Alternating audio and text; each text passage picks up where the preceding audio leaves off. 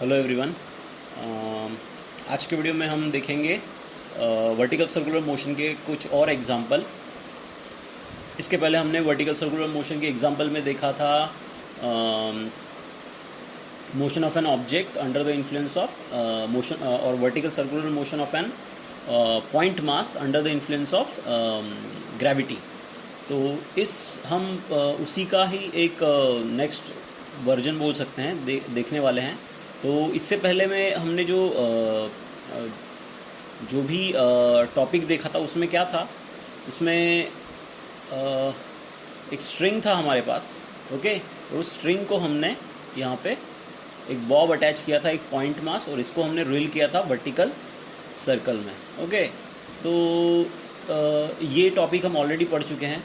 अब इस टॉपिक में हम क्या पढ़ने वाले हैं वो देखते हैं। तो इस टॉपिक में हम क्या करने वाले हैं, इस स्ट्रिंग के जगह हम यहाँ पे यूज़ करने वाले हैं एक रॉड। स्ट्रिंग के जगह हम यहाँ पे यूज़ करने वाले हैं एक रॉड। ओके, तो देखते हैं क्या चेंजेस होता है जब हम स्ट्रिंग को वर्टिकल सर्कुलर मोशन में स्ट्रिंग के जगह स्ट्रिंग के जगह रॉड का इस्तेमाल करते हैं। तो सबसे पहले तो हम कंसिडर करेंगे एक बॉब। ओके, जिसे हम पॉइंट मास भी कह सकते हैं। उसको टाई करेंगे हम, या फिर उसको अटैच करेंगे हम किससे, एक रॉड से। जो रॉड है लाइट वेट और रिजिड। वो रॉड कैसा है, लाइट वेट और रिजिड। ये यहाँ पे कंसिडर करना पड़ेगा हमको, क्योंकि इससे पहले हमने जो स्ट्रिंग की केस ली थी उसमें हमने ऐसा स्ट्रिंग कंसिडर किया था जो कि लाइट वेट है, इनएक्सटेंसिबल है और ट्विस्टलेस है। ऐसे स्ट्रिंग को हमने कंसिडर किया था, और यहाँ पे हम कंसिडर कर रहे हैं लाइट वेट और रिजिड। ओके, ऐसे रॉड को हम कंसिडर कर रहे हैं, क्योंकि हमें इस टॉपिक में हमारे बॉब की मोशन कंसिडर करनी है। क्योंकि हमारा जो बॉब है या फिर जो पॉइंट मास है वो यहाँ पे वर्टिकल सर्कुलर मोशन परफॉर्म कर रहा है। तो हम रॉड का जो भी मूवमेंट ऑफ इनर्शिया का इफेक्ट है उसे निगलेक्ट करने के लिए हम यहाँ पे लाइट वेट और रिजिड रॉड कंसिडर कर रहे हैं। ओके, अब आगे देखते हैं। तो अब हम क्या करेंगे, हम इस रॉड को व्रिल करेंगे इन वर्टिकल सर्कल, जिसकी रेडियस रहेगी r।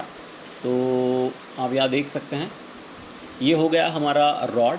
ओके, यहाँ पे ये जो रेड है, ये जो रेड चीज़, ये जो रेड स्ट्रिप यहाँ पे दिखाई दे रही है। ओके, जिसमें मैंने इस तरीके की लाइंस बनाई हैं। ओके, ये वाली रेड स्ट्रिप, ओके, ये वाली,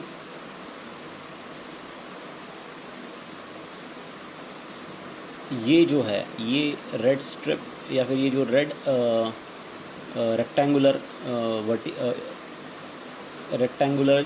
शेप जो ड्रॉ किया है मैंने।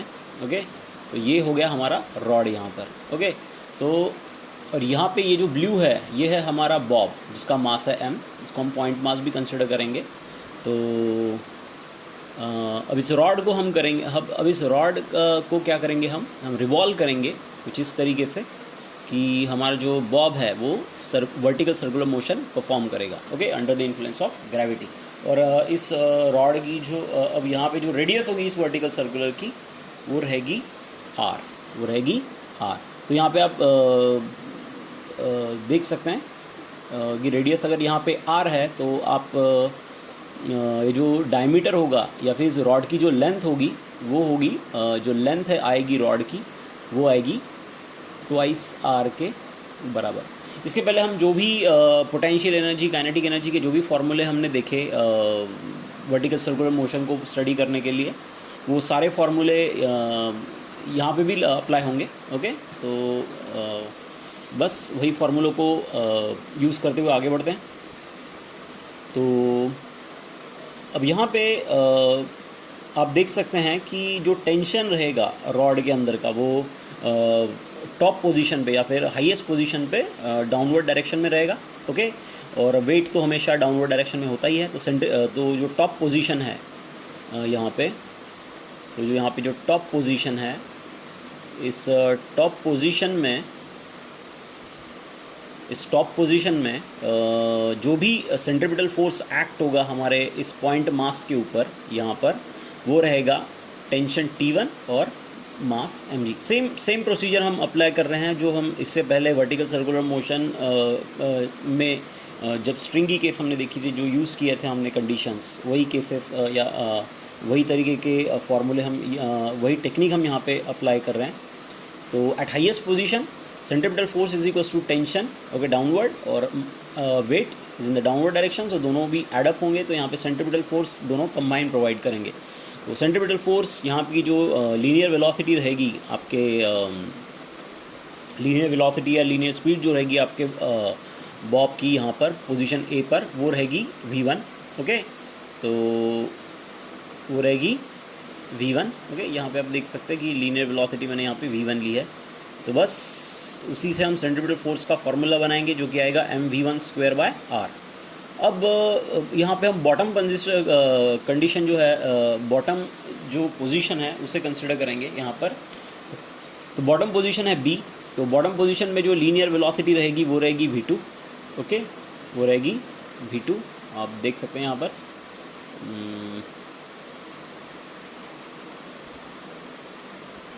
ओके, वो रहेगी v2।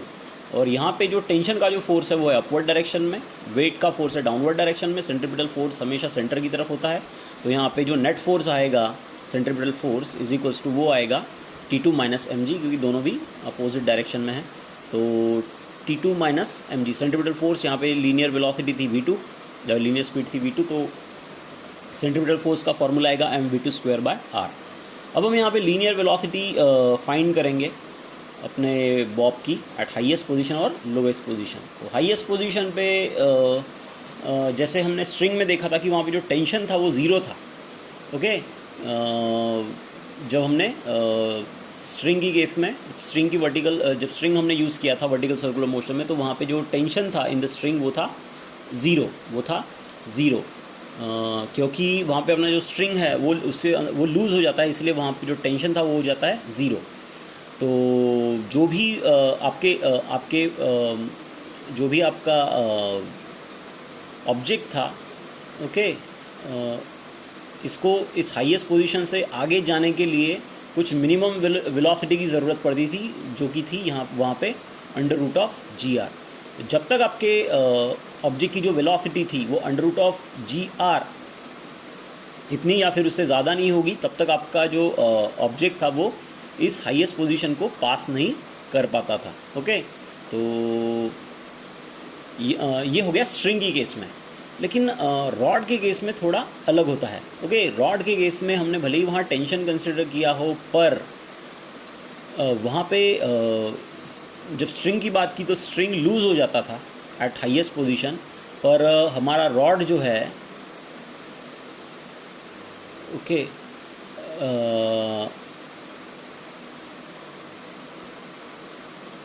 हमारा रॉड जो है, ओके, वो रॉड है रिजिड।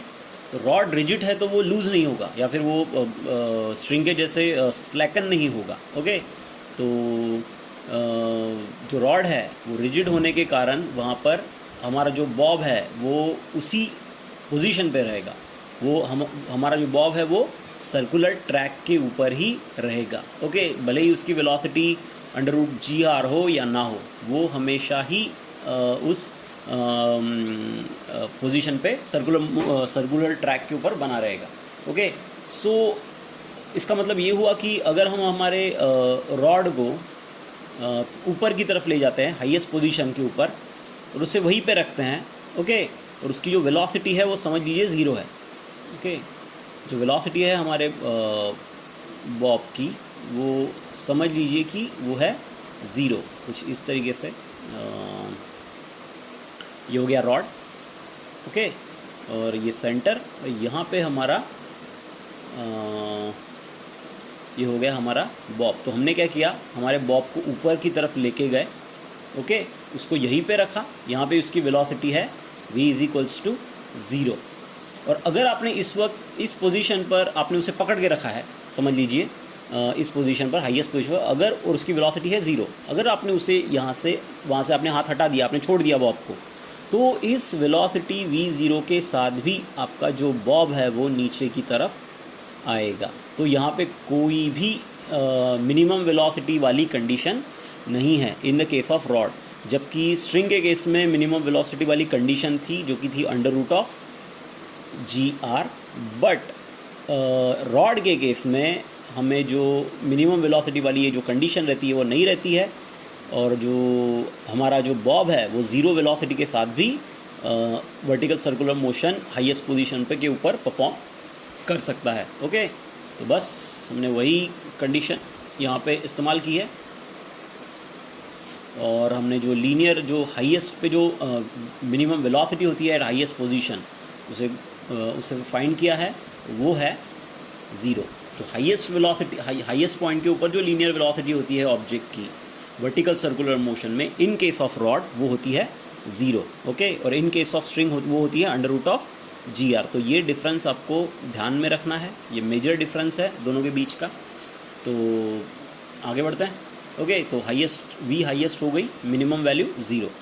अब आगे बढ़ते हैं। अब हमें फाइंड करनी है linear velocity eight lowest point. तो हम वहाँ पे same law of conservation of energy का फॉर्मूला लगाएंगे।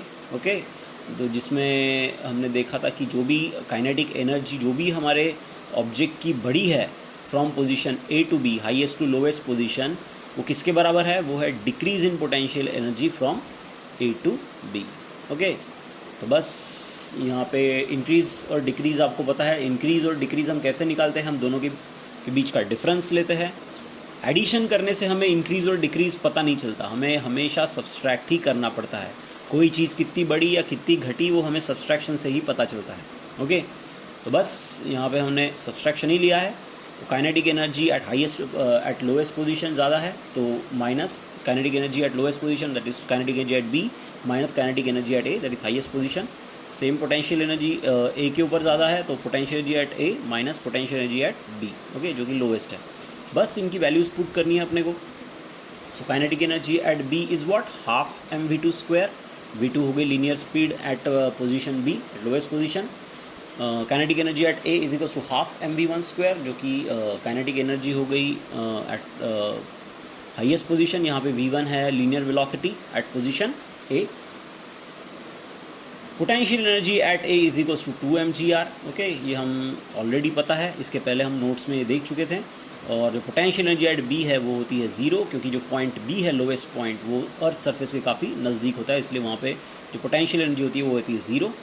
बस अब V1 की वैल्यू तो हम इसके पहले ही देख चुके हैं। जो हाईएस्ट पोजीशन पे जो वैल्यू होती है हमारे वर्टिकल सर्कुलर मोशन में, हमारे रॉड के जो जिसमें हम रॉड इस्तेमाल करते हैं, तो यहाँ पे जो V1 की जो वैल्यू आती है वो आती है ज़ीरो। तो V1 की वैल्यू ज़ीरो होने के कारण ये पूरी टर्म हो जाएगी ज़ीरो, और यहाँ पे बचा half mv2 square minus twice mgr। और यहाँ पे दिया हुआ है ऑलरेडी कि V1 is equals to zero. So बस 2 को इधर लेके जाइए तो 2 हो जाएगा, 2 यहाँ पे मल्टीप्लाई हो जाएगा 2 से, और 4 हो जाएगा, तो mv2 square is equals to 4 mgr। यहाँ पे m कैंसल, बस फॉर्मूले को रीअरेंज करना है, तो हमें मिलेगा v square is equals to under root of 4gr। अब 4 तो परफेक्ट स्क्वायर रूट है, 4 का परफेक्ट स्क्वायर रूट निकलता है जो कि होता है 2, तो under v2 is equals to twice under root of gr। Okay, तो यहाँ पे जो लोवेस्ट वैल्यू होती है हमारे बॉब की एट जो लोवेस्ट जब ये जो मिनिमम वैल्यू होती है जो लीनियर वेलोसिटी की हमारे बॉब की एट लोवेस्ट पोजीशन, ओके, वो होती है 2 अंडर रूट ऑफ gr। तो ये वैल्यू भी स्ट्रिंग से अलग है। वहाँ पे जो लोवेस्ट वैल्यू थी वो थी 5 अंडर रूट ऑफ 5 gr। सो जो फॉर्मूले हैं यहाँ पे हाईएस्ट और लोवेस्ट लीनियर स्पीड के वर्टिकल सर्कुलर मोशन में रॉड और स्ट्रिंग के केस में वो अलग अलग है। तो बस ये आपको ध्यान में रखना है। ओके, अब इसके बाद नेक्स्ट एक नोट है यहाँ पे छोटी सी, वो देख लेते हैं। हमने वर्टिकल सर्कुलर मोशन जब स्ट्रिंग की देखी थी, तब जिसके वर्टिकल सर्कुलर मोशन देखी थी पार्टिकल की, जिसमें हमने स्ट्रिंग का इस्तेमाल किया था। ओके, हमने स्ट्रिंग का इस्तेमाल किया था, वहाँ पे हमने टेंशन एट लो डिफरेंस निकाला था, टेंशन एट लोवेस्ट और हाईएस्ट पोजीशन के बीच का, जो कि आया था 6 mg। सेम यहाँ पे भी रॉड के केस में भी अगर आप फाइंड करते हैं difference between the tension eight lowest and highest position और हाईएस्ट और लोवेस्ट पोजीशन, तो वो भी यहाँ पर 6 mg ही आएगा। तो दोनों केस में, रॉड और स्ट्रिंग के केस में, जो भी डिफरेंस बिटवीन द टेंशन होता है eight highest and lowest point, वो हमेशा सेम ही रहता है, वो रहता है 6 mg। वो रहता है 6 mg। ओके, अब आगे नेक्स्ट टॉपिक देखते हैं हम हमारे वर्टिकल सर्कुलर मोशन का, जो कि है स्पीयर ऑफ डेथ। ओके, तो स्पीयर ऑफ डेथ, ये जो स्पीयर ऑफ डेथ जो होता है ये मोस्टली हमें देखने को मिलता है सर्कस में, जिसमें क्या होता है कि एक स्पीयर होता है, इसमें क्या होता है कि एक स्पीयर होता है और स्पीयर के अंदर मोटरसाइकिलिस्ट अपनी गाड़ियों को घुमाते हैं। तो ये होता है स्पीयर ऑफ डेथ। तो sphere of death actually work करता है वर्टिकल सर्कुलर मोशन के प्रिंसिपल के ऊपर। तो देखते हैं इन पॉइंट्स में क्या दिया हुआ है। तो सबसे पहला पॉइंट कि it is a popular show in circus, right. ये बहुत पॉपुलर शो होता है सर्कस में। During this 2 wheelers riders undergoes round inside a hollow sphere, जिसमें क्या होता है कि जो 2 व्हीलर ड्राइवर होते हैं वो स्पीयर के अंदर सर्कुलर मोशन परफॉर्म करते हैं। ओके, मतलब वो round and round motion perform करते हैं। एंड राउंड जाना मीन्स सर्कुलर मोशन परफॉर्म करना। ओके, तो नेक्स्ट पॉइंट देखते हैं। नेक्स्ट पॉइंट में क्या दिया हुआ है, first rider start with a small horizontal circle and after some time perform revolution along a vertical circles. तो क्या होता है, शुरुआत में जो आपका जो राइडर होता है वो सबसे पहले हॉरिजॉन्टल सर्कल्स में, पहले तो छोटे हॉरिजॉन्टल सर्कल्स के ऊपर वो गाड़ी चलाता है। ओके, उसके अलॉन्ग वो मूव होता है। ओके, फिर उसके बाद वो अपने हॉरिजॉन्टल जो सर्कल्स है उनका जो रेडियस है वो बढ़ाते जाता है और कुछ देर बाद आपका जो राइडर है वो वर्टिकल सर्कल्स में अपनी मोशन परफॉर्म करता है। तो जो शुरुआत होती है स्पीयर ऑफ डेथ में मोशन की बाइक राइडर के या फिर राइडर की, तो वो होती है हॉरिजॉन्टल सर्कल्स से।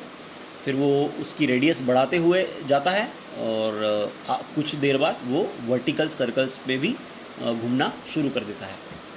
अब next point, third point, the dynamic of this kind of motion is same as that of the point motion is that of point mass tied at the end of string and whirl in a vertical circle. So जो भी dynamics होते हैं यहाँ पर dynamics in the sense जो भी motion की study होती है यहाँ पर वो बिल्कुल सेम ही होती है। किसके जैसे, जो हम इसके पहले जो हमने जो मोशन देखी थी पॉइंट मास की, जिसको हमने टाई किया था स्ट्रिंग के साथ और फिर उसे वर्टिकल सर्कल में घुमाया था, तो बस वही जो उसमें जो भी डायनामिक्स, जो भी लॉज लगते थे फिज़िक्स के, वो ही लॉज यहाँ पर भी लगते हैं। पर यहाँ पे एक मेजर डिफरेंस है। अगर आपको याद होगा तो हमने जो वर्टिकल सर्कुलर मोशन थी स्ट्रिंग की in the sense point mass की, जिसको हमने स्ट्रिंग से अटैच किया था, तो उस स्ट्रिंग के अंदर था टेंशन। ओके, जिसकी डायरेक्शन थी downward direction, downward in the sense toward the centre of the circular path. पर यहाँ पे टेंशन नहीं होता। यहाँ पे जो वहाँ स्ट्रिंग था तो वहाँ पे स्ट्रिंग में टेंशन का फोर्स था, यहाँ पे टेंशन का फोर्स नहीं होता। यहाँ पे फोर्स होता है नॉर्मल रिएक्शन का। यहाँ पे कौन सा फोर्स होता है, नॉर्मल रिएक्शन का फोर्स होता है। ओके, तो जो नॉर्मल रिएक्शन का यहाँ पे टेंशन की जगह होता है नॉर्मल रिएक्शन का फोर्स। तो the major difference between them is the force of tension in the string is replaced by a force of normal reaction. तो यहाँ पे होता है हमारा नॉर्मल रिएक्शन का फोर्स। उसके बाद यहाँ पे और आगे थोड़ा देखेंगे, और आगे क्या दिया हुआ है पॉइंट नंबर 5 में, कि यहाँ पे लार्जर हॉरिजॉन्टल जो सर्कल्स होते हैं वहाँ पे लीनियर स्पीड होती है ज़्यादा। ओके, और जो स्मॉलर हॉरिजॉन्टल सर्कल्स होते हैं वहाँ पे एंगुलर स्पीड होती है ज़्यादा। तो ये बात यहाँ पे समझने की है। ये बिल्कुल बेसिक ही प्रिंसिपल है जो हम ऑलरेडी पढ़ चुके हैं कि अगर सर्कल की रेडियस अगर ज़्यादा है, ओके, सर्कल की रेडियस अगर ज़्यादा है, ओके, तो ये होगी सर्कल, ओके, सर्कल की अगर रेडियस अगर ज़्यादा है, ओके, तो उसकी लीनियर वेलोसिटी भी ज़्यादा रहेगी। तो linear velocity v is equals to r omega, ये फॉर्मूला आपको पता है, ओके। तो यहाँ पे जो r है ये है radius of the circular path. r जितना ज़्यादा रहेगा उतनी ज़्यादा लीनियर वेलोसिटी आपके व्हीकल की होगी, ओके। तो लार्जर हॉरिजॉन्टल सर्कल्स के लिए लीनियर स्पीड भी ज़्यादा होगी क्योंकि रेडियस वहाँ ज़्यादा होती है। और जो स्मॉलर हॉरिजॉन्टल सर्कल्स है, ओके, वहाँ पे एंगुलर स्पीड होती है ज़्यादा, वहाँ पे एंगुलर स्पीड ज़्यादा होती है। एंगुलर स्पीड ज़्यादा होती है मतलब अगर आपके व्हीकल की वेलोसिटी कांस्टेंट है, समझ लीजिए आपके व्हीकल की वेलोसिटी कांस्टेंट है और वो स्मॉलर सर्कल के ऊपर मूव हो रहा है, मतलब वहाँ पे आर क्या होगा, स्मॉल होगा, बिल्कुल स्मॉल होगा, ओके। वेलोसिटी तो बराबर है, वेलोसिटी तो ज़्यादा ही है, ओके। तो वेलोसिटी ज़्यादा है, आर को तो बढ़ा नहीं सकते, तो क्या बढ़ेगा, ओमेगा बढ़ेगा। यहाँ पे क्या बढ़ेगा, ओमेगा बढ़ेगा, मीन्स एंगुलर वेलोसिटी बढ़ेगी। तो अगर आपके व्हीकल की वेलोसिटी अगर ज़्यादा है तो और वो हॉरिजॉन्टल सर्कल्स के ऊपर मूव हो रहा है, आर तो नहीं बढ़ सकता, आर तो नेचुरली कांस्टेंट ही रहेगा, पर यहाँ पे जो नंबर ऑफ रिवॉल्यूशंस है, okay, means frequency, okay, means angular frequency भी बोल सकते हैं हम यहाँ पे, फ्रीक्वेंसी या फिर एंगुलर फ्रीक्वेंसी वो रहेगी ज़्यादा। तो जितनी कम रहेगी रेडियस, ओके, आपके सर्कुलर पाथ की, वेलोसिटी कांस्टेंट होने पर उतने ज़्यादा रिवॉल्यूशन आपका व्हीकल लगाएगा उस स्फीयर ऑफ डेथ के अंदर, हॉरिजॉन्टल सर्कल्स के ऊपर, ओके। तो नंबर ऑफ रिवॉल्यूशन ज़्यादा होगी, इसका मतलब एंगुलर वेलोसिटी भी ज़्यादा होगी, क्योंकि ओमेगा इज इक्वल्स टू, आपको फॉर्मूला पता है, omega is equals to 2 pi n, okay. n means frequency, ज़्यादा फ्रीक्वेंसी मतलब ज़्यादा नंबर ऑफ रिवॉल्यूशन मीन्स ज़्यादा फ्रीक्वेंसी, और ज़्यादा फ्रीक्वेंसी मतलब ज़्यादा एंगुलर वेलोसिटी। तो ये जो प्रिंसिपल है अब यहाँ पर, ये प्रिंसिपल मेल खाता है हमारे जो कोनिकल पेंडुलम की जो थ्योरी हमने ऑलरेडी पढ़ चुके हैं उसके साथ ये मेल खाता है कि वहाँ पे अगर छोटे सर्कल्स के ऊपर हमारा अगर पेंडुलम घूमता है तो वो बहुत फास्ट घूमता है, और अगर आपका कोनिकल पेंडुलम बड़े सर्कल्स के ऊपर सर्कुलर मोशन परफॉर्म करता है तो वो उसकी वेलोसिटी भले ही ज़्यादा हो लेकिन वो कम फ्रीक्वेंसी के साथ वहाँ पे घूमता है। तो ये जो लॉजिक है जो ऊपर के सेंटेंस नंबर 5 में दिया हुआ है वो प्रूव होता है या फिर वो करेक्ट है according to the theory of conical pendulum. तो ये हो गया हमारा स्फीयर ऑफ डेथ के बारे में। यहाँ पे कोई भी मैथमेटिकल फार्मूला नहीं है, बस हमें उसे थ्योरेटिकली एक्सप्लेन करना है एग्ज़ाम में। अब नेक्स्ट टॉपिक है हमारा, और जो कि लास्ट एप्लीकेशन है वर्टिकल सर्कुलर मोशन का, वो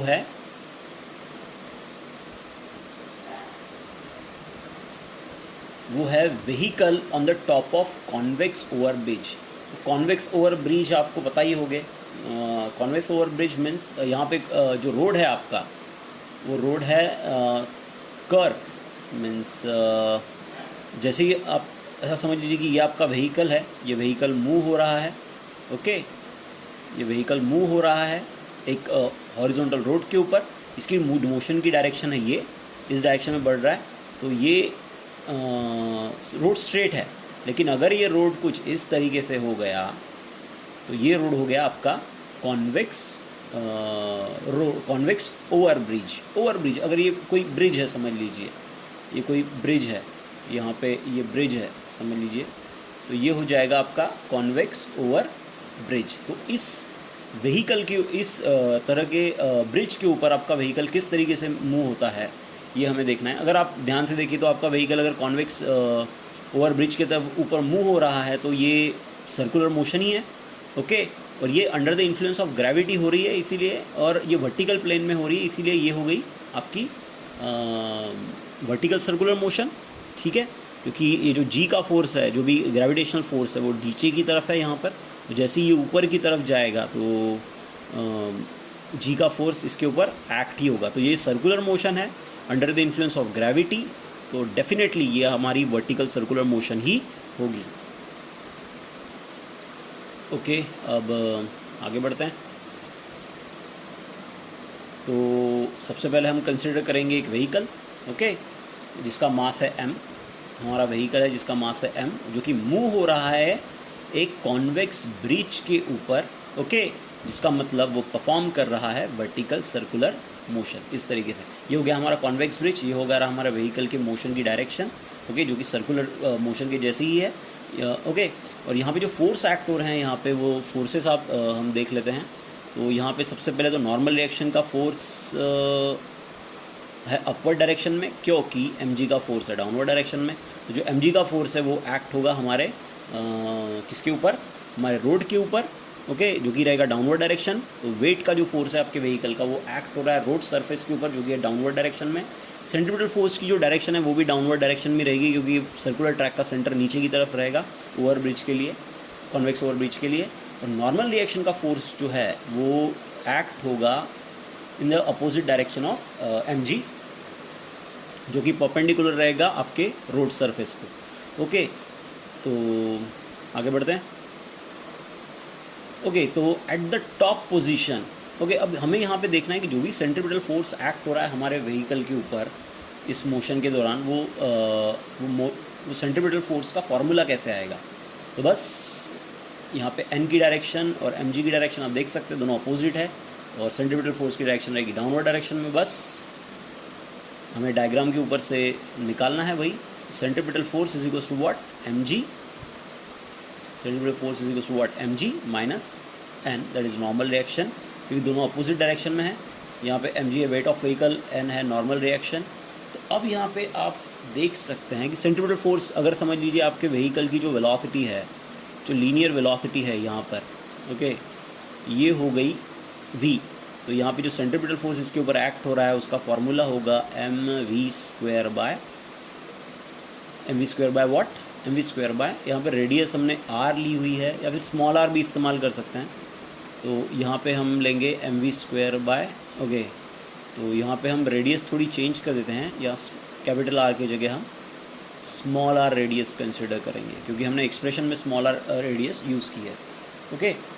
तो बस जो फार्मूला आएगा वो आएगा mv square by r is equals to mg minus n। अब यहाँ पे हमें मैक्सिमम सेफ्टी स्पीड निकालनी है हमारे व्हीकल की इस कॉन्वेक्स ओवर ब्रिज के ऊपर। अब देखिए क्या होता है कि अगर आपके व्हीकल की वेलोसिटी बहुत ज़्यादा है, तो आपने कभी कभी देखा होगा कि जो व्हीकल है ऐसे रोड्स के ऊपर जहाँ जो कि ऊपर की तरफ जा रहे हैं, या भी जोड़े कर्व हैं, तब व्हीकल की जो डायरेक्शन है मोशन की, कभी कभी क्या होता है आपके जो व्हीकल हैं वो इस डायरेक्शन में मूव कर जाते हैं, मीन्स वो उछलते हैं। तो कुछ इस तरीके से वो उछलते हैं। तो ये जो अगर आपके व्हीकल की वेलोसिटी बहुत ज़्यादा है, तो अगर ये जो अगर आपके व्हीकल इसी तरीके से ऊपर की तरफ उठने लगे ज़्यादा वेलोसिटी होने के कारण, तो क्या होगा, एक्सीडेंट हो सकते हैं।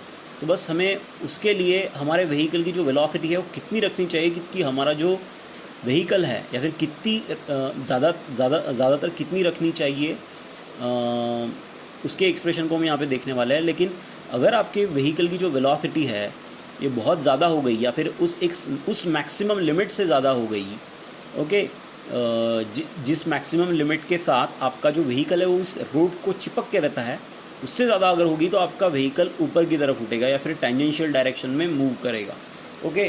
तो हम बस वही देखने वाले हैं। As a vehicle is increase, as a speed of vehicle is increase and goes on decreasing.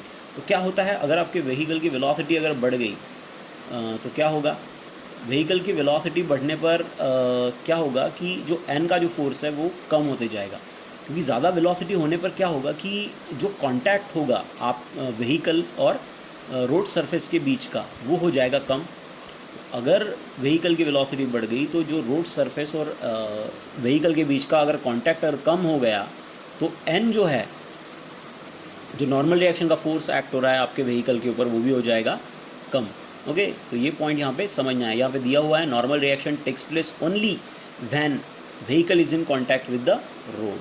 तो नॉर्मल रिएक्शन कब आपको देखने को मिलेगी, जब आपका जो व्हीकल है वो कांटेक्ट में रहेगा आपके रोड सरफेस के साथ। ज़्यादा वेलोसिटी होने पर आपका जो व्हीकल है वो रोड सरफेस के कांटेक्ट में कम ही रहेगा, okay, in case of convex over bridge, okay.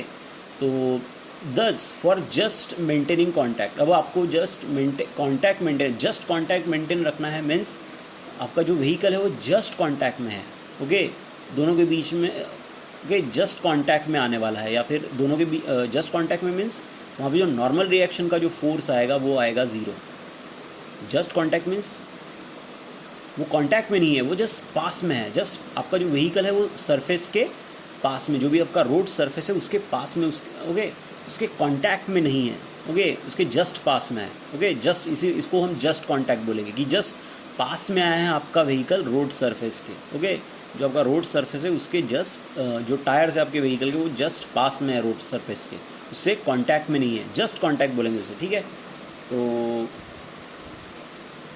N की वैल्यू हो जाएगी 0, जस्ट कॉन्टैक्ट बोला हमने यहाँ पे, ओके, बिल्कुल बहुत पास में है, ओके, और जस्ट कॉन्टैक्ट में है, तो जस्ट कॉन्टैक्ट में है, तो क्या होगा यहाँ पे कि जो एन जो नॉर्मल रिएक्शन का जो फोर्स है वो आएगा 0, और नॉर्मल रिएक्शन का फोर्स अगर 0 आया तो आपका जो ये एक्सप्रेशन है इक्वेशन 1 जो है वो कुछ इस तरीके से कन्वर्ट होगा, mv²/r = mg, क्योंकि n की वैल्यू है 0, ओके।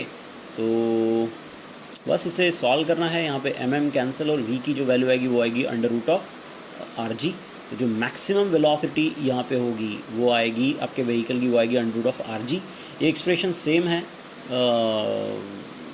वर्टिकल सर्कुलर मोशन की जैसा एक्सप्रेशन है ये, ऑफ द जो स्ट्रिंग की केसेस हमने देखी थी वहाँ पे maximum velocity at highest position का एक्सप्रेशन यही आया था। तो यहाँ पे डायग्राम भी दिखाई गई है कि अगर आपके व्हीकल ने जो मैक्सिमम वेलोसिटी है √rg, अगर आपके व्हीकल की वेलोसिटी √rg से ज़्यादा हो गई तो आपका जो व्हीकल है, ओके, आपका व्हीकल मूव करेगा टेंजेंशियल डायरेक्शन में, जिसके कारण एक्सीडेंट भी हो सकता है, ओके। तो बस यही दिया है कि Vmax is a maximum speed of vehicle over a convex overbridge, if it is crosses this value then it will move along a tangential path, तो आपका जो व्हीकल है वो टेंजेंशियल पाथ पे मूव करेगा, ओके। इस तरीके से हमारा ये जो टॉपिक है motion of a vehicle along a convex on the top of convex over bridge ये ख़त्म होता है। तो यहाँ पे हमने वर्टिकल सर्कुलर मोशन के सारे एग्जांपल देख लिए हैं, तो बस एक छोटा सा टॉपिक बचा हुआ है जो कि रोटेशनल मोशन से रिलेटेड है, ओके। उसको देखने के बाद हमारा जो चैप्टर 1 है वो ख़त्म हो जाएगा, ओके। Thank you.